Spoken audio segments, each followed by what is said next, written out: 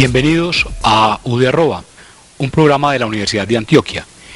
Estamos en el curso de Geometría Vectorial y Analítica e iniciamos ahora el capítulo 2 que corresponde al estudio general del conjunto de las matrices de orden M por N con componentes reales. Vamos a iniciar en este capítulo con el módulo 3 en su primera parte. Tenemos entonces el módulo 3, veamos el contenido que vamos a desarrollar. Estudiaremos lo que es una matriz de orden M por N en un campo K, el conjunto R de M por N, la igualdad en el conjunto R de M por N y el concepto de lo que es la diagonal principal de una matriz. Vamos finalmente a analizar algunas matrices especiales que nos brindan unas herramientas particulares y que son de uso fundamental en la teoría que vamos a desarrollar. Vamos a mirar a continuación cuáles son las preguntas básicas que vamos a responder en este módulo. ¿Qué es una matriz en un campo? ¿Cuándo dos matrices son iguales? ¿Qué es la diagonal principal de una matriz? ¿Qué es una matriz nula, una matriz identidad, una matriz triangular superior, una matriz triangular inferior, una matriz diagonal, una matriz escalar? Veamos entonces, para dar comienzo, al conjunto de las matrices de orden M por N en el campo de los reales. Iniciamos con lo que es la definición o la noción de una matriz de orden M por N en un campo K, con M y N perteneciente al conjunto de los números enteros. Decimos entonces que una matriz de orden M por N en un campo K es un arreglo rectangular de M por N números de K. Las líneas horizontales de este arreglo se denominan filas y las verticales las llamaremos columnas. Una matriz de orden M por N tiene M filas y N columnas. Vamos a utilizar la siguiente convención que nos va a permitir abreviar la designación de este conjunto. Como convención utilizaremos las siguientes. Podemos hablar de que M, entre paréntesis M por N, como el conjunto de las matrices de orden M por N, entre paréntesis el conjunto K, que corresponde al campo. O en una forma todavía más abreviada, en el campo K y a continuación el orden de las matrices que son M por N. Ambos designan el conjunto de todas las matrices de orden M por N en un campo K. Veamos, para efectos de abreviar nuestra escritura, cómo notamos una matriz. Primero, las matrices se designan usualmente, porque vamos a ver en algunas situaciones cómo esta generalidad puede ser omitida. Designamos las matrices con letras latinas mayúsculas y los elementos o entradas de la matriz los agrupamos en un corchete en general, aunque también podemos utilizar en esta agrupación paréntesis como lo vamos a ver posteriormente. Bueno, indicamos entonces que A es la matriz que tiene los siguientes elementos. Observemos entonces la primera fila. A sub 1, 1, A sub 1, 2, A sub 1J, A sub 1N. De este arreglo rectangular, entonces, estos son los elementos de la primera fila. La segunda fila está conformada por los elementos A sub 2, 1, A sub 2, 2, A sub 2J, A sub 2N. La fila de orden I tiene entonces como elementos A sub I1, A sub I2, A sub IJ, A sub IN. Y la fila de orden M, sus elementos los designamos como A sub M1, A sub M2, A sub MJ, A sub MN. Es importante anotar, como podemos observar en el arreglo, que las filas crecen de arriba hacia abajo, en tanto que el orden de las columnas crece de izquierda a derecha. Por esa razón, por ejemplo, para la primera fila, ustedes pueden observar que el índice común, que es el primero, corresponde al índice 1. Para la segunda fila, el primer índice en todos los elementos de ese arreglo corresponde al índice 2 y así sucesivamente. En cambio, para los elementos, el segundo subíndice está indicando el orden correspondiente a la columna.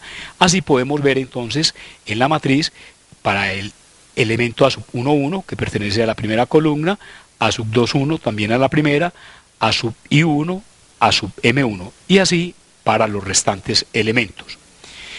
Vamos a observar en cuanto a la notación, en segundo lugar, en muchas ocasiones vamos a necesitar indicar de una matriz en particular una fila específica y vamos a llamar este nuevo arreglo, lo vamos a designar en esta forma, A sub I. En este caso estaremos designando la décima fila o la fila de orden I de la matriz A. Estará conformada por los elementos, como ustedes pueden observar allí, que en el arreglo inicial corresponden a la décima fila, A sub I1, A sub I2, A sub IJ, A sub IN. Esta es una matriz que podemos llamar también matriz fila y su orden es, como lo indicamos, 1 por n. O sea, tenemos solamente un arreglo horizontal y un total de n entradas verticales. Pero también podemos requerir en una matriz referirnos a una columna particular cualquiera. Específicamente, en el arreglo que nosotros hemos presentado, inicialmente con matriz A, vamos a designar la columna de orden J como un nuevo arreglo. Esta columna la vamos entonces a leer así, A super J, y es la matriz que tiene como elementos A sub 1J, A sub 2J, A sub MJ. Corresponde a una matriz en consecuencia de orden M por 1. Podemos observar, y decimos M por 1, porque vamos a tener un total de M entradas horizontales y una sola entrada vertical. Y podemos hablar en este caso de una matriz columna. Vamos a observar, y acá es importante esta notación que vamos a llamar notación abreviada, que nos va a permitir o nos va a facilitar la escritura y el cálculo, como lo vamos a ver en este trabajo, la forma abreviada para designar una matriz. Esta forma nos lleva entonces a leerla así. La matriz A, podemos decir que es igual a la matriz de elemento genérico A minúscula sub IJ, dentro del corchete de orden M por N. Es importante que hagamos una aclaración. Acá ocurre algo similar a lo que nosotros hacemos en la notación matemática cuando hablamos de la designación de, o notación más bien, de conjuntos por extensión y por comprensión. Cuando tenemos la matriz, como en el caso inicial, donde enlistamos todos y cada uno de los elementos, tenemos lo que podemos llamar una notación extensiva. Cuando podemos determinar, en particular en la notación abreviada, una propiedad que caracterice a todos y cada uno de los elementos que integran el arreglo, podemos, y vamos a verlo así, recurrir a la notación abreviada. Esta nos va a permitir o nos va a facilitar el trabajo en adelante. Veamos una primera ilustración en esta designación de matrices. Tomemos esta matriz A, como ustedes pueden observar, de orden 3 por 4, con los elementos que tenemos indicados.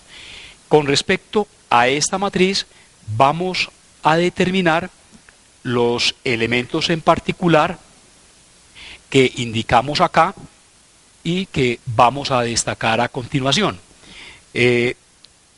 Inicialmente vamos a determinar en forma explícita los elementos A sub 1, 3. ¿Qué significa esto? De esta matriz A vamos a tomar el elemento que corresponde a la primera fila y a la tercera columna. Como ustedes pueden observar acá, este elemento corresponde al 0. El elemento A sub 2, 4. Este doble índice nos indica entonces que corresponde a la fila de orden 2 y a la columna de orden 4. correspondiendo, como ustedes pueden verificarlo acá en la matriz, al número menos 3. El término A sub 3, 1 corresponde en este caso al elemento ubicado en el arreglo en la fila 3, columna 1. Y como ustedes pueden verificarlo, este término corresponde al número 5. En segundo lugar, nos piden determinar esta matriz, que llamamos así A sub 2. Observemos que en esta forma no hay, con esta notación, no hay forma de confundirse cuando queremos referirnos a un elemento en particular o cuando queremos referirnos a una fila o a una columna específica. Cuando hablamos de A sub 2, quiere decir que queremos representar del arreglo inicial el arreglo correspondiente o la submatriz correspondiente a la fila 2. En la notación corresponde entonces a esta matriz, que tiene como elementos 1/3, 4, raíz cuadrada de 2 y menos 3. Como ustedes pueden observar, este arreglo, como podemos observarlo, tiene solamente una entrada horizontal y un total de 4 entradas verticales. Por lo tanto, el orden de esta matriz es 1 por 4. Y hablamos de una matriz fila. Esto nos indica que es solamente una fila. Quiero hacerles una observación. En la notación de las matrices utilizamos siempre el corchete y no utilizamos comas entre los elementos como lo hicimos para designar los elementos de Rn, o sea, las enétuplas. También podemos referirnos específicamente en este arreglo a A super 3, y así lo leemos. Esto nos indica que de el arreglo A vamos a tomar la submatriz correspondiente a la columna 3. Ustedes pueden observarlo. Este arreglo corresponde a la matriz de componentes 0, raíz cuadrada de 2, 0. Con relación a su orden, podemos observar que tiene un total de 3 entradas horizontales y solamente una entrada vertical, lo que nos indica claramente que su orden es 3 por 1, y hablamos en este caso de una matriz columna.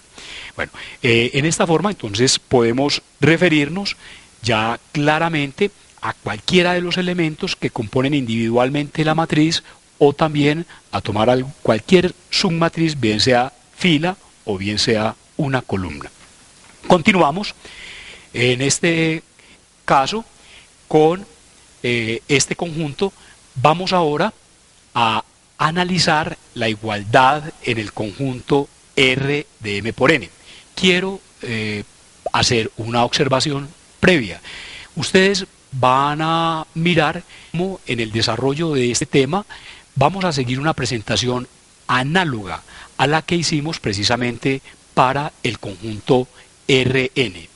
Nosotros tenemos precisamente que estos conjuntos van a ser conjuntos isomorfos, o sea, teniendo una naturaleza particular que los diferencia, tienen estructuras algebraicas similares, y esas estructuras son las que estamos destacando. Vamos entonces al concepto de la igualdad en R de M por N.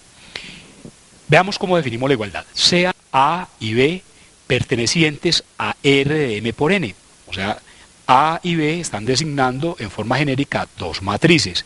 En la forma abreviada, donde A es la matriz del elemento genérico A sub IJ de orden M por N, y B es la matriz del elemento genérico B sub IJ de orden M por N. Es también importante, pertinente, que hagamos esta aclaración. Cuando estamos designando, como lo estamos viendo ya en la forma abreviada de una matriz, utilizamos para el elemento genérico la letra en minúscula asociada a la letra mayúscula que está designando la matriz. Hablamos entonces de A mayúscula y como elemento genérico A minúscula con su doble índice.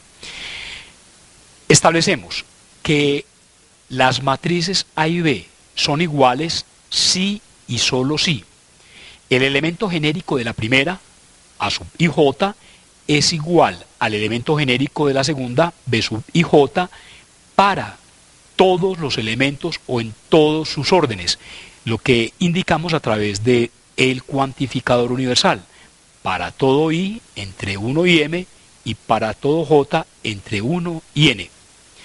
Esto significa que dos matrices son iguales cuando tienen el mismo orden y todos y cada uno de los elementos de la primera son respectivamente iguales a los correspondientes de la segunda y en el mismo orden. Vamos a la siguiente ilustración que nos refiere a la igualdad en R de M por N.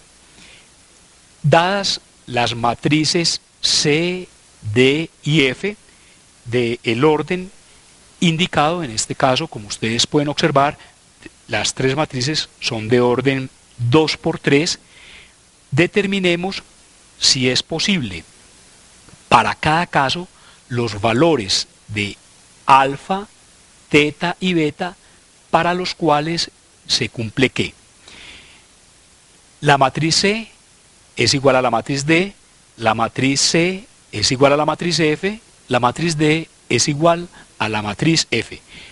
Pasemos al tablero para que revisemos esta ilustración y analicemos con detalle la definición de la igualdad. Veamos entonces inicialmente para las matrices C y D. Tenemos la matriz C es igual a la matriz D si y solo si, de acuerdo con la definición, ambas matrices pertenecen al mismo conjunto. C y D pertenecen a R, en este caso estamos hablando de las matrices de 2 por 3. Y si se cumple a la vez que cada componente de la primera en su orden es igual a cada componente de la segunda, lo que nos lleva a las siguientes expresiones. 0 es igual a beta y alfa es igual a menos 1 y menos 1 es igual a menos 1 y 2 es igual a 2 y 3 es igual a alfa más 4 y teta es igual a 0. Podemos entonces observar que en esta conjunción, que está formada por la conjunción precisamente de esta serie de proposiciones, esta conjunción es verdadera si, solamente si, todas y cada una de las integrantes de la conjunción lo son. Bueno, tenemos en primera instancia que C y D pertenecen a R2 por 3, esta proposición es verdadera. Nos dice ahora esta condición, llamemos esta condición 1, que 0 debe ser igual a beta, designemos esto como 1, alfa igual a menos 1, designemos esto como 2, menos 1 igual a menos 1, designemos esta proposición como 3, efectivamente esta es una identidad, esto es verdadero, 2 igual a 2, esto es una identidad, designémoslo también como verdadero, 3 es igual a alfa más 4, designemos esto como 5, teta igual a 0, designemos esta proposición como la proposición 6. Veamos entonces si hay consistencia en cada una de las proposiciones y en la totalidad que integran esta conjunción.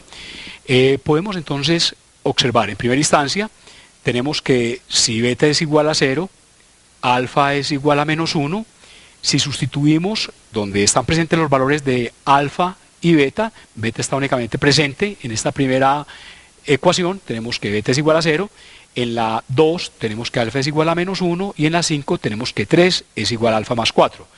Podemos verificar que el valor de 3, el valor de alfa que tenemos en 2, que es alfa igual a menos 1, verifica precisamente y nos lleva a una identidad la condición 5, verifica 5. Por sustitución, si alfa es igual a menos 1, nos queda entonces que 3 es igual a 3. Y en consecuencia podemos destacar que cuando teta es igual a 0, cuando alfa es igual a menos 1 y cuando beta es igual a 0, se cumple entonces la igualdad entre las dos matrices. Conclusión, C es igual a D, si y solamente si finalmente tenemos que beta es igual a 0, alfa es igual a menos 1 y teta es igual a 0.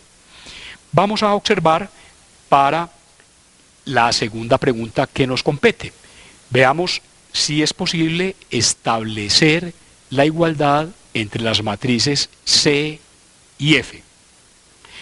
De nuevo, de acuerdo a la definición, C es igual a F si y solo si tenemos que C y F pertenecen al mismo conjunto. Condición esta que se cumple por ser ambas matrices pertenecientes al conjunto de orden 2×3 y debe cumplirse de acuerdo con la igualdad que todas sus respectivas componentes lo sean y en su orden. Esto nos llevaría a que 0 es igual a 0 y alfa es igual a menos 1 y menos 1 es igual a teta y 3 es igual a 1 más beta y teta es igual a 0. Estas son las condiciones que deben cumplirse. De nuevo, observamos como en el caso anterior, tenemos una conjunción y esta proposición, o sea, en todo el término de la derecha, en esta expresión de equivalencia, es una conjunción y la conjunción es verdadera, sabemos sí y solamente sí, todas las proposiciones que la integran es verdadera. Tenemos esta primera condición, esto es verdadero, tenemos, llamemos 1, esta segunda condición, esto es verdadero, es una identidad, llamemos 3, esta tercera condición, alfa igual a menos 1, llamemos 4, esta condición, llamemos 5, esta ecuación, y 6, finalmente, esta ecuación. Observemos entonces si hay consistencia en las condiciones planteadas en la conjunción. Rápidamente, ustedes pueden observar, y quiero llamar la atención, entre lo planteado en la proposición 4 y lo que tenemos en la proposición 6. De 4 y 6 por transitividad, si aceptamos estas proposiciones de 4 y 6, podemos llegar a esta conclusión. Teta es igual a menos 1 y a la vez teta es igual a 0. Llegamos entonces por transitividad a que 0 es igual a menos 1. Obviamente esto es una contradicción. Si esto es una contradicción, inmediatamente podemos afirmar que esta conjunción es falsa y al ser falsa esta conjunción, la conclusión es que C y F nunca pueden ser iguales bajo las condiciones establecidas. O sea, no es posible encontrar valores, en este caso particular, para alfa, para teta y para beta que posibiliten el hecho de que estas dos matrices sean iguales. Vamos ahora a revisar la última igualdad que nos hemos planteado y ya ustedes tienen una idea general de la estructura que debemos satisfacer. Para ello, en este último caso, planteémonos la posibilidad de la igualdad entre las matrices D y F. D es igual a F si y solo si, en primera instancia, las matrices D y F pertenecen al mismo orden. D y F pertenecen a R, como lo tenemos establecido ya, de 2×3, condición claramente cumplible. Y la igualdad de sus componentes término a término. Beta debe ser igual a 0 y menos 1 es igual a menos 1 y debe cumplirse además que menos 1 es igual a teta y beta es igual a 2 y alfa más 4 es igual a 1 más beta. Coloquémoslo acá, alfa más 4 debe ser igual a 1 más beta y finalmente 0 es igual a 0. Revisando en total la conjunción que ustedes pueden observar acá, como ya lo hicimos en oportunidades anteriores, hay algunas identidades, pero podemos observar también la siguiente expresión. En la condición de esta parte de la conjunción tenemos que beta es igual a 0, acá tenemos que beta es igual a 2, lo que obviamente nos lleva a una situación contradictoria porque tenemos entonces por transitividad que 0 es igual a 2. Siendo esto una contradicción, podemos afirmar, como en el caso anterior, que no es posible determinar valores, en este caso para beta, para teta y para alfa, que posibiliten el hecho de que estas dos matrices sean iguales. Con este tema terminamos la primera parte del módulo 3. Estamos en el programa UDI@, en el curso de geometría vectorial y analítica. Continuaremos en una próxima sección. Muchas gracias.